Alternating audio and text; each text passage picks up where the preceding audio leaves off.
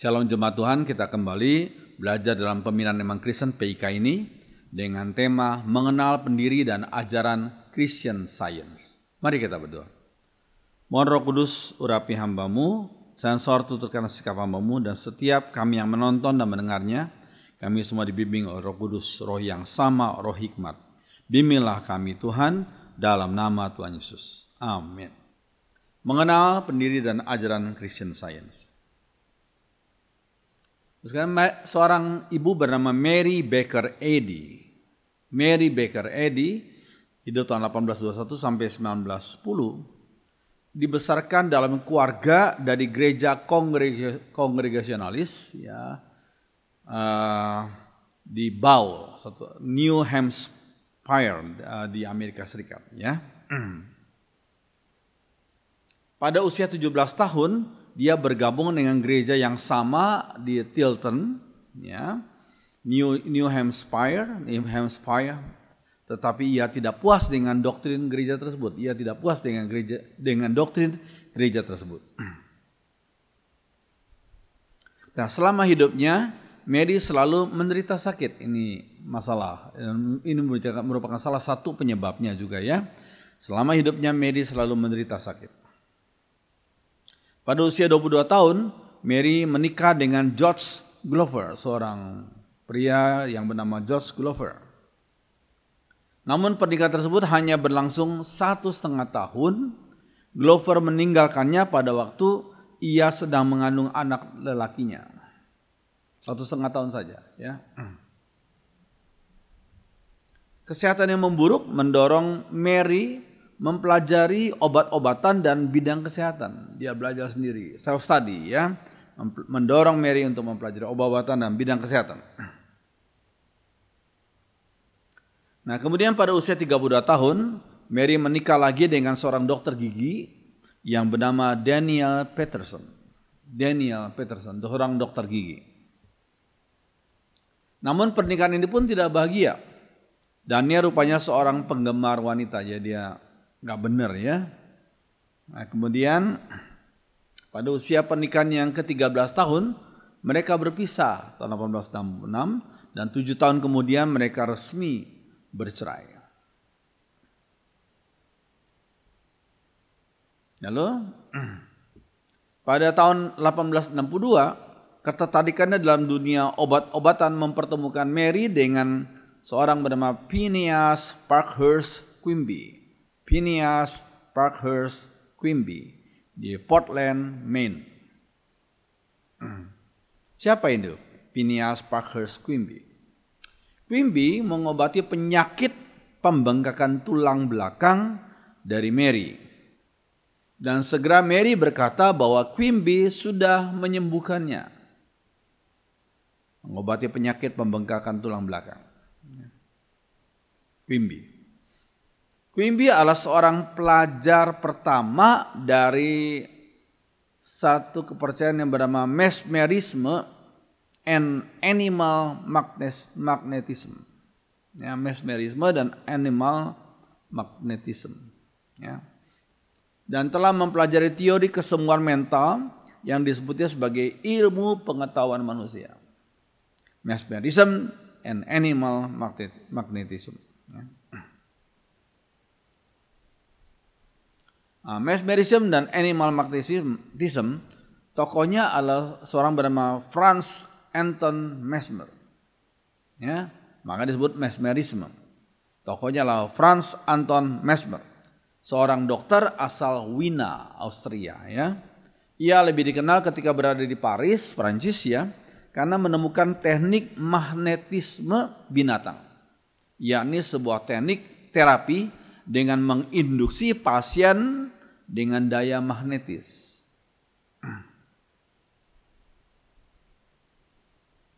Melalui teknik ini, pasien akan mengalami kerasukan. Nah, ini. Melalui teknik ini, pasien akan mengalami kerasukan dan mengalami penyembuhan setelah kerasukan tadi. Penyembuhan setelah kerasukan tadi. Satu hal yang aneh, ya. Mesmer meyakini bahwa di dalam tubuh manusia ada aliran magnetik fluida yang merupakan aliran energi untuk membuat manusia tetap hidup dan menjaga kesehatannya.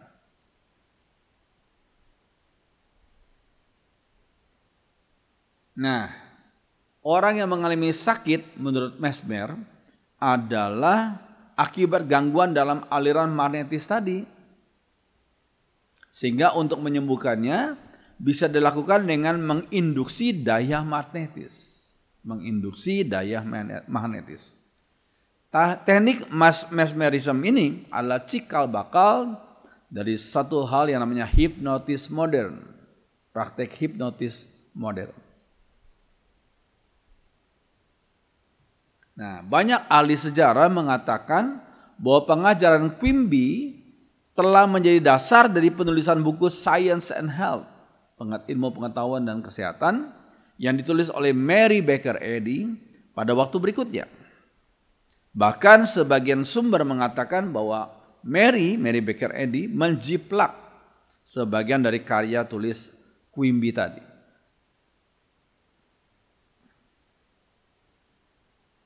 Ya, pernikahan yang ketiga dari Mary berlangsung pada waktu Mary berusia 56 tahun di tahun 1877. 56 tahun ya. Suami yang ketiga adalah Asa Gilbert Eddy. Ini orangnya, Asa Gilbert Eddy. Namun tidak lama kemudian Mr. Eddy meninggal dunia karena serangan jantung yang disebabkan oleh pembekuan darah.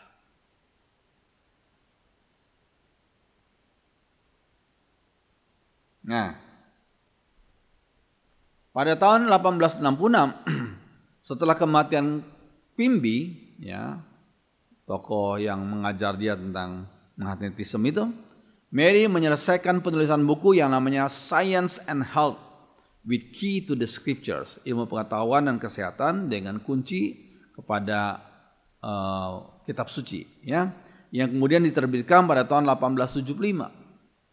Ya, ini bukunya, Science and Health, Key to the Scriptures. Nah, Mary mendirikan Church of Christ Scientist. Mary mendirikan Church of Christ, Gereja Kristus Scientist, ya, di Boston pada tahun 1879. Itu adalah gereja pertama dan kemudian menjadi pusat dari gereja Christian Science sedunia. Pusat dari gereja Christian Science sedunia. 1879 didirikan. Ya. Mary menjadi pemimpin gereja tersebut sampai hari kematiannya pada tanggal 3 Desember 1910. Mary meninggal tanggal 3 Desember 1910.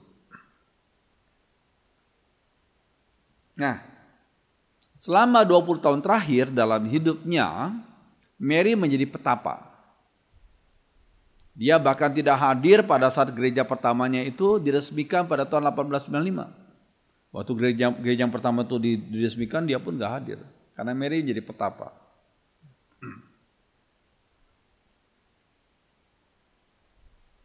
Pada tahun 1908, Mary mendirikan percetakan Christian Science Monitor. Percetakan Christian Science Monitor untuk menerbitkan pengajarannya. Percetakan ini pernah mendapat penghargaan tinggi dalam lingkungan akademis, politis, dan ekonomi karena kualitas jurnalisnya yang tinggi. Kualitas jurnalisnya yang tinggi. The Christian Science Monitor.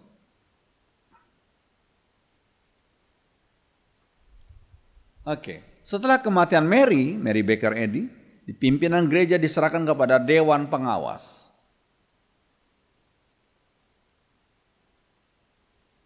Menurut Sidney Alstrom, seorang sejarawan, Christian Science telah menjadi salah satu dari 5 gerakan agamawi besar yang dilabelkan Made in America. Nah, didirikan di Amerika pertamanya, ya. 4 gerakan lainnya selain Christian Science adalah Mormonisme, Advent hari ke-7, Saksi Yehova, dan Pentakostalisme. Ya.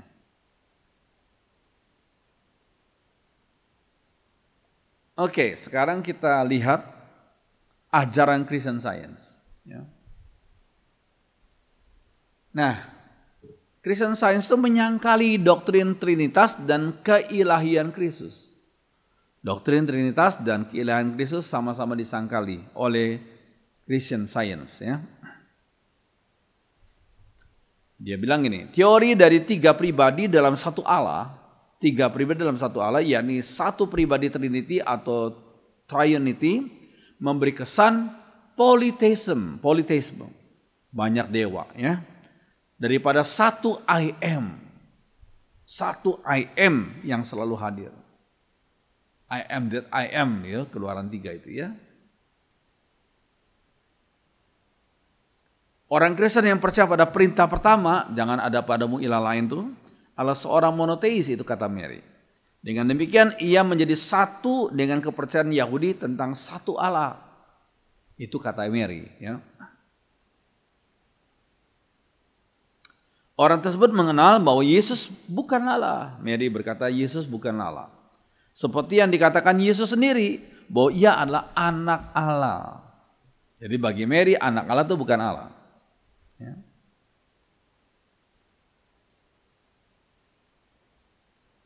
Nah, tanggapan penulis, tanggapan saya ya. Mary tidak percaya doktrin Allah Tritunggal. Juga ia menyangkali doktrin Yesus sebagai Allah, disangkali.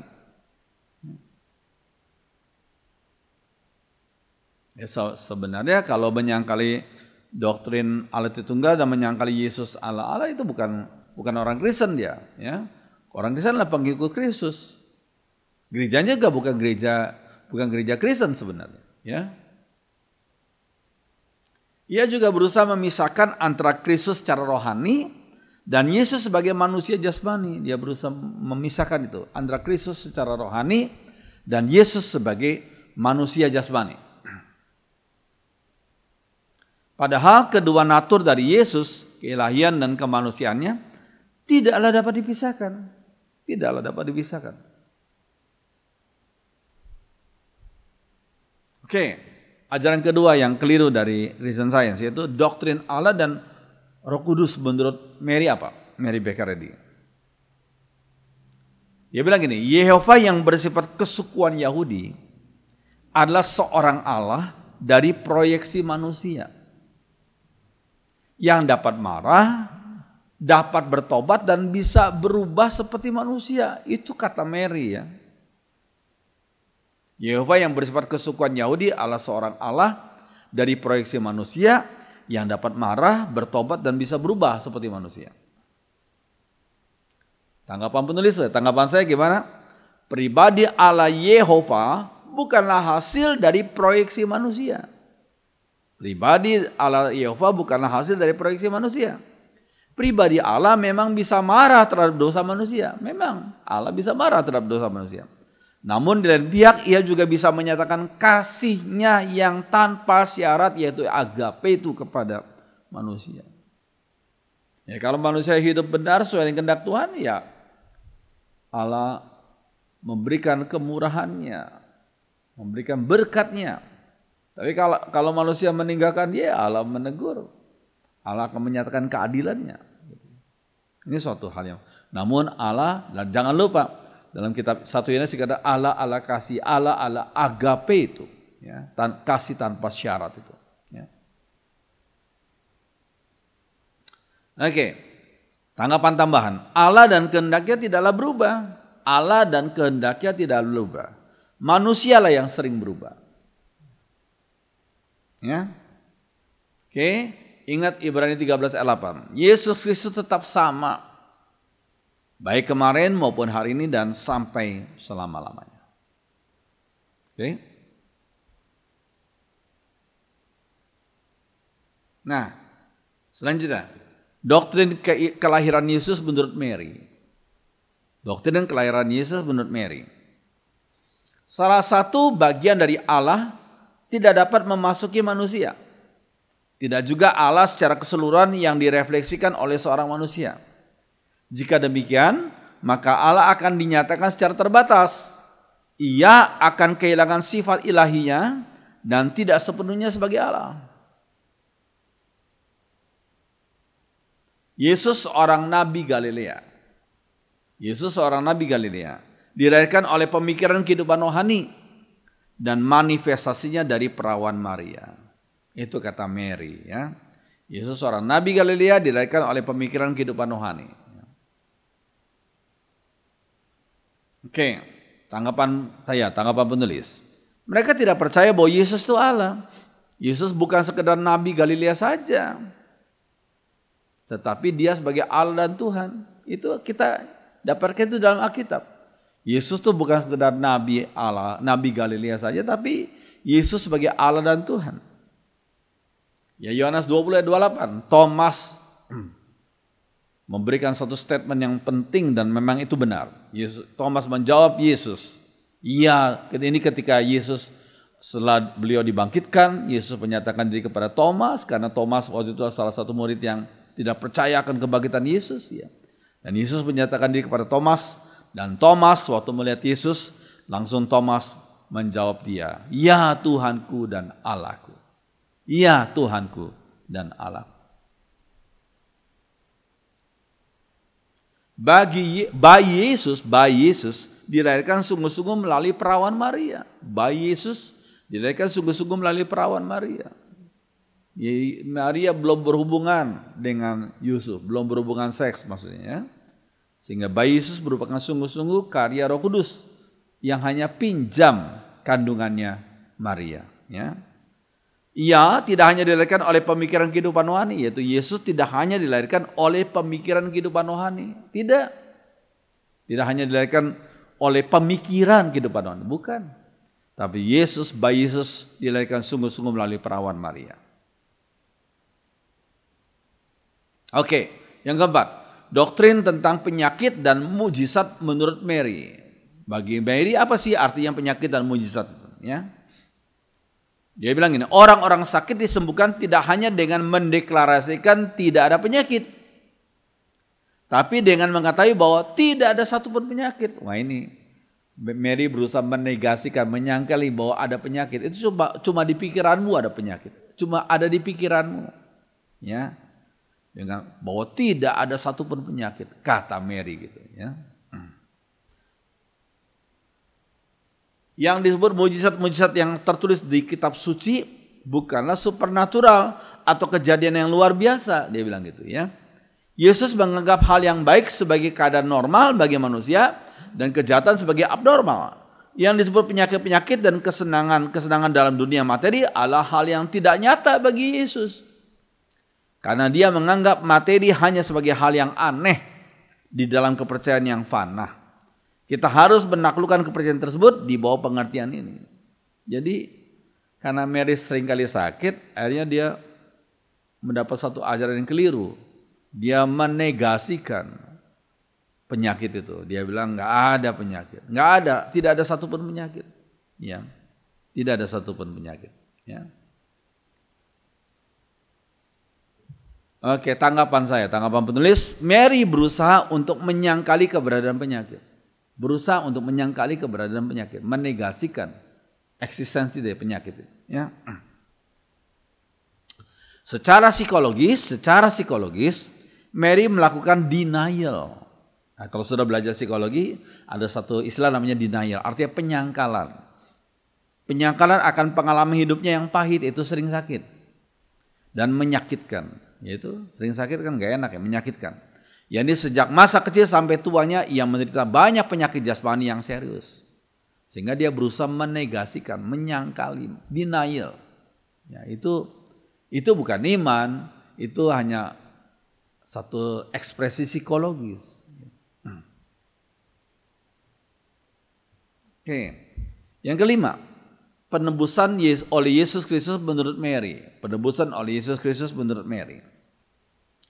Material darah Yesus tidak lagi mujarab, dia bilang. Material darah Yesus tidak lagi mujarab untuk menghapuskan dosa ketika darah itu ditumpahkan di pohon kutukan, daripada ketika darah itu mengalir di nadi-nadinya ketika ia setiap hari melakukan tugas dari Bapaknya.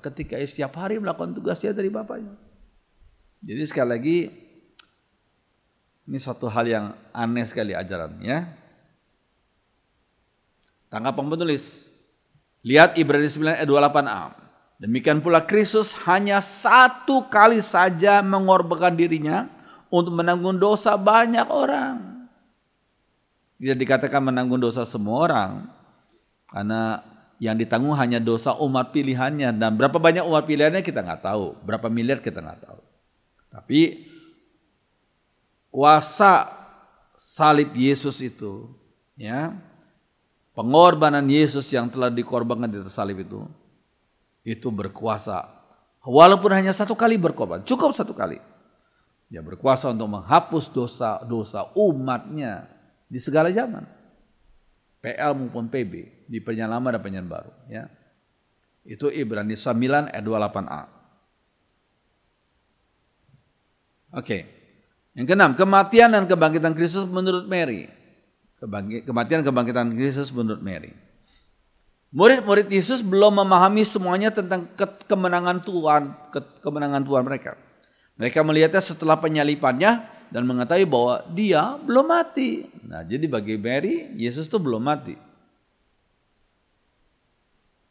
Murid-muridnya percaya Yesus telah mati ketika ia disembunyikan di makam. Jadi Yesus cuma disembunyikan di makam, padahal dia hidup. Jadi Yesus tuh nggak mati.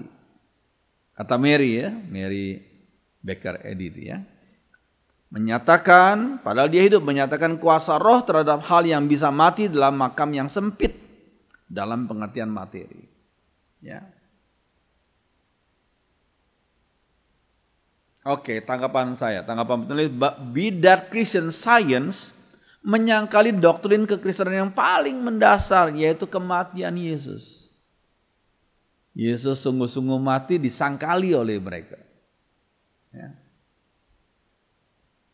Jika Yesus tidak mati, maka dosa umatnya belum bisa diampuni Allah.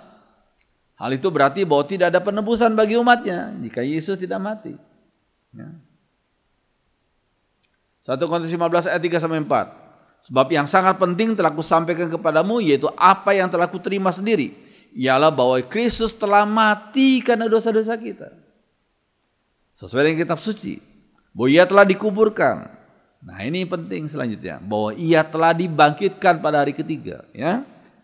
Sesuai dengan kitab suci. Ini kita back to the Bible saja, back to the scripture, kembali kepada firman Tuhan saja. Ya. Oke, tanggapan tambahan. Namun kematian Yesus di atas salib bukanlah tanda kekalahannya. Sekali lagi, jangan pikir Yesus mati di salib berarti dia kalah. Tidak. Tetapi justru tanda kemenangannya terhadap iblis. Dari mana kita tahu itu? Kolose 2:15. Pada salib itu Kristus membuat segala roh-roh yang memerintah dan berkuasa menjadi tidak berdaya lagi. Justru di atas salib Yesus mengalahkan kuasa iblis, kuasa-kuasa roh jahat. Ya, mereka dijadikan tontonan umum pada waktu Kristus menggiring mereka sebagai tawanan dalam pawai kemenangannya. Jadi pada salib itu malah Yesus menang. Dan dinyatakan kemenangan secara real, secara yang dilihat dengan mata, yaitu ketika Yesus pada hari ketiga bangkit kembali. Ya. Ini suatu hal yang penting. Ya. Oke. Yang ketujuh, kebangkitan dan kenaikan Yesus menurut Mary. Sampai ia sendiri naik, atau dengan kata lain bangkit, bahkan lebih tinggi dalam pengertian roh Allah. Kondisi tubuh Yesus yang tidak berubah setelah apa yang nampaknya seperti mati diikuti dengan pemulihan di atas semua kondisi materi, dan pemulihan ini menjelaskan kenaikannya. Di dalam demonstrasinya yang terakhir yang disebut kenaikan yang mengakhiri catatan Yesus di dunia, dia bangkit di atas pengetahuan fisik dari para muridnya, dan indera-indera materi tidak melihatnya lagi. Itu kata Mary, ya. Oke, yang ke-8. Setan dan eksistensi kejahatan menurut Mary. Setan dan eksistensi kejahatan menurut Mary. Kejahatan adalah status ilusi. Ini. Kejahatan bagi Mary adalah suatu ilusi. Dan hal itu tidak memiliki dasar yang real. Kejahatan adalah kepercayaan yang salah, kata Mary. Kejahatan adalah kepercayaan yang salah. Allah bukanlah penciptanya. Perkiraan orang tua tentang kejahatan adalah suatu kebohongan. Ya, dia menyangkali. bahwa di dunia ini ada kejahatan. Itu ilusi saja, ya. Tidak pernah ada suatu saat di mana kejahatan adalah sesuatu yang nyata. Itu kata Mary. Tidak pernah ada suatu saat di mana kejahatan adalah sesuatu yang nyata. Oke, tanggapan penulis. Alkitab jelas menyatakan bahwa kejahatan dan si jahat itu nyata. Alkitab jelas menyatakan bahwa kejahatan dan si jahat itu nyata. Bukan ilusi belaka. Karena kejahatan itu nyata, maka sebelum kematiannya, Yesus berdoa kepada Bapaknya agar melindungi murid-muridnya daripada yang jahat. Lihat Yohanes 17 ayat 15. Jadi kejahatan dan si jahat itu nyata. Nama lain dari iblis dan malaikat yang jatuh adalah si jahat. Lihat Matius 13 ayat 19, Efesus 6 ayat 16, dan 1 Yohanes 5 ayat 18.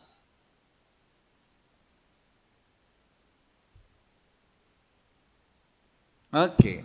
Nah, yang ke-9, sifat dan eksistensi neraka menurut Mary.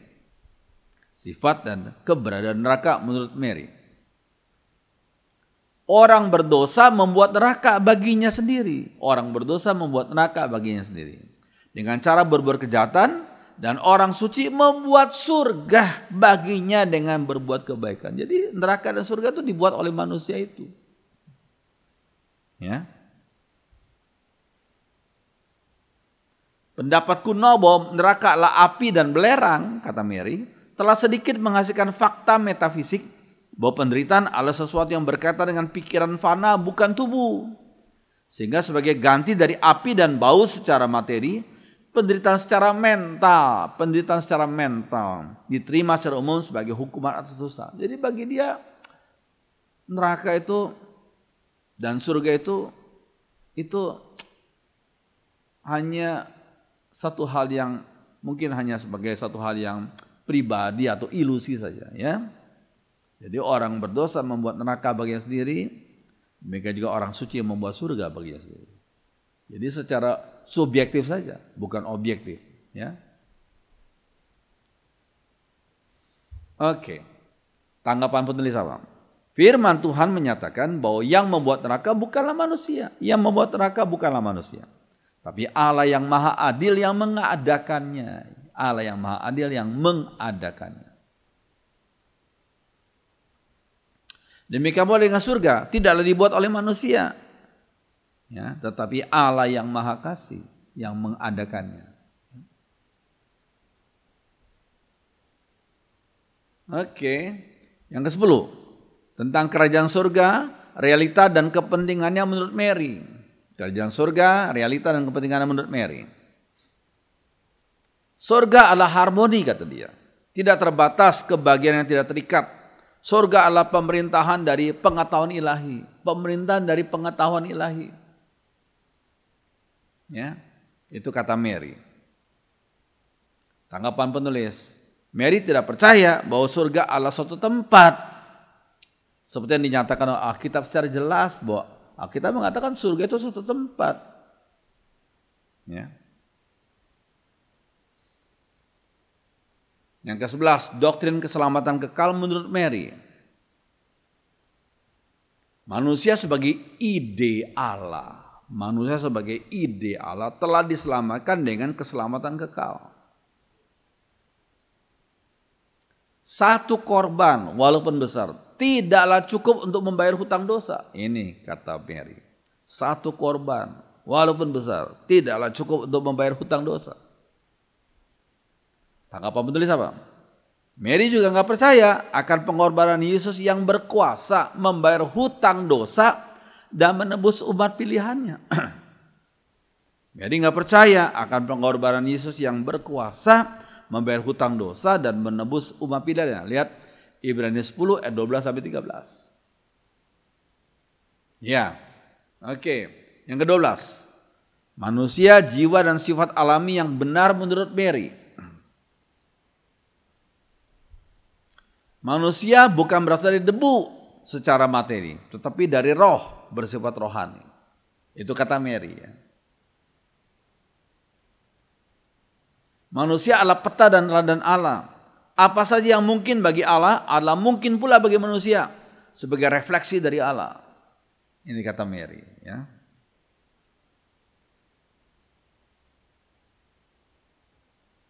Tanggapan penulis.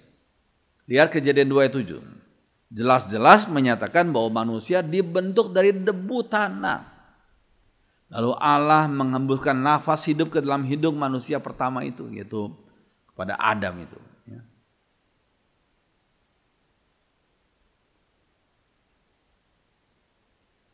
Oke, yang ke-13. Eksistensi dosa, penyakit, dan kematian menurut Mary. Bagaimana pandangannya tentang dosa, penyakit, dan kematian? Kematian adalah suatu ilusi, suatu kebohongan dari kehidupan dalam materi. Sesuatu yang tidak real dan tidak benar, kata dia. Tidak benar dan tidak. Jadi kematian bagi dia suatu ilusi saja. Materi tidak memiliki kehidupan, karenanya tidak memiliki eksistensi kekal. Pikiran itu tidak fana. Daging berperang dengan roh. Setiap bukti material tentang kematian adalah salah. Ya, dia menyangkali. Ya, hal itu. Karena hal itu berkontradiksi dengan fakta spiritual dari keberadaan. Ya. Oke. Tanggapan penulis, tanggapan saya gimana? Mary yang berusaha menyangkali adanya fakta kematian, ternyata mengalaminya sendiri. Yaitu beliau meninggal dunia pada tanggal 3 Desember 1910, itu monumennya. Ya, yang kita lihat, monumennya. 3 Desember 1910 beliau meninggal dunia. Ya. Fakta kematian yang dia sangkali dan ternyata dia alami sendiri. Ya.